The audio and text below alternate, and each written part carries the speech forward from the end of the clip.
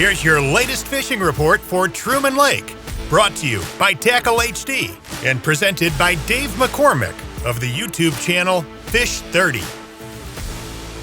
Well, welcome back. It's another Truman Lake fishing report. Kind of a mid-August style report here. We've actually just had our first cold front today, but as of last weekend, we hadn't had much cold. It's been warm. It's been one of those years. Not enough rain. When we do get a rain, it seems like we get a bunch of rain. This is how straight off the press kind of report this is going to be, because myself and Steve fished in the only event that was on that we knew about on Truman Lake on Sunday, and we won it. So I went out and I took the poles off the deck of my boat that all played a part. Now, I'm not going to say there weren't poles on my deck of my boat that I didn't have any action on. May not even have made a cast with. I mean, I don't know about you, but that's why I got all those girlfriends. I want to look at it. So let's go in the mornings. I still feel like it's really a day-to-day thing. So, but you can't rule it out. There's a topwater bite, and sometimes it's on the flattest stuff, and sometimes it's on the steeper stuff.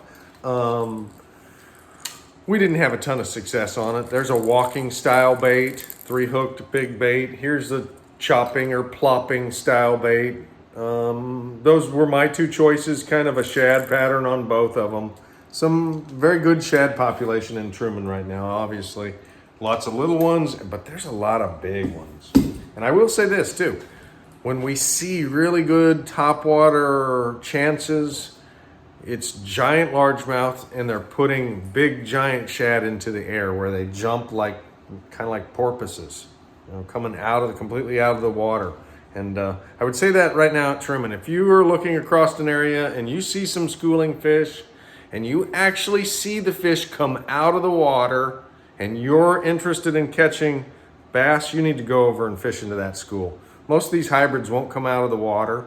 They'll splash water. But when you see fish coming out of the water, maybe even doing somersaults and crazy things like that, you need to get over there. Those are the crazy largemouths. And I'm seeing some of that going on. So not a lot of it. It happens so fast it's hard to stay on.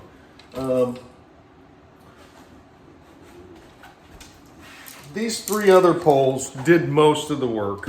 If you guys have watched me on YouTube, you know I have a channel, and I tend to fish a jig a lot. The jig worm right now is definitely getting a bite. That's a heavier jig, like a 3/4 ounce jig. That has a full-size worm on it. You're just your traditional stand-up head style with a straight tail worm, and then just a 3/4 ounce football jig that has like a kicker style skirt on it. There's a little bit of the brim spawn still going on some of the steeper banks on the main lake. If you get up there, pull your boat up there and look, you see yellow spots on the little ledges or flat spots where they're up there doing it. And it's the very smallest of these brim, and I don't know really what they are, if they're green ears or red ears or if they're pumpkin seeds or whatever, but they're very aggressive. We flipped up into one nest and I gently pulled this one out of the water. It never had the hook, and it was only just a little bit bigger than the jig, but it let me pull it all the way up to right in front of me and hold it out of the water, just holding on to the pincher. Imagine if those things got to 50 pounds. You couldn't swim in the lakes. I mean, oh my God, they're so aggressive. So we had 16 pounds, 1670. There was another team with 15 and a half, I think. And there was quite a few 13 and a half pound bags. So I got to assume the fish are biting. But you know, we never got a hold of a really good one. Our biggest one was 370 something. So we never got a shot at a big one. Yeah, we caught a fair amount of Kentucky bass too. So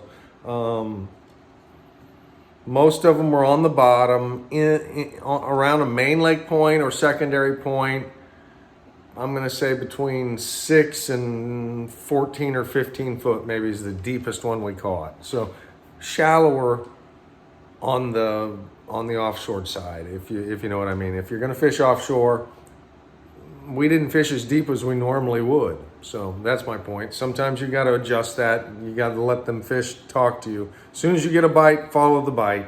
I will say that when we got one, we got 2, 3, 4, 5 bites in the same spot. They were kind of ganged up.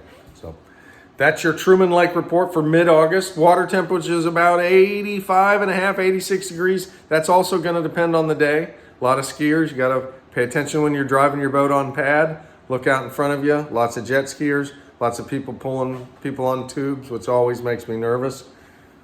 You know, somebody gets off and they didn't notice, then we got a real issue. So,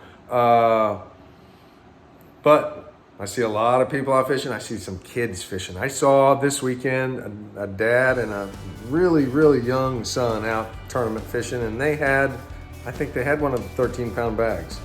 Good seeing that kind of stuff. Love to see it. Hey, check me out on YouTube, Fish30. Till next time, take a kid fishing. It's worth it.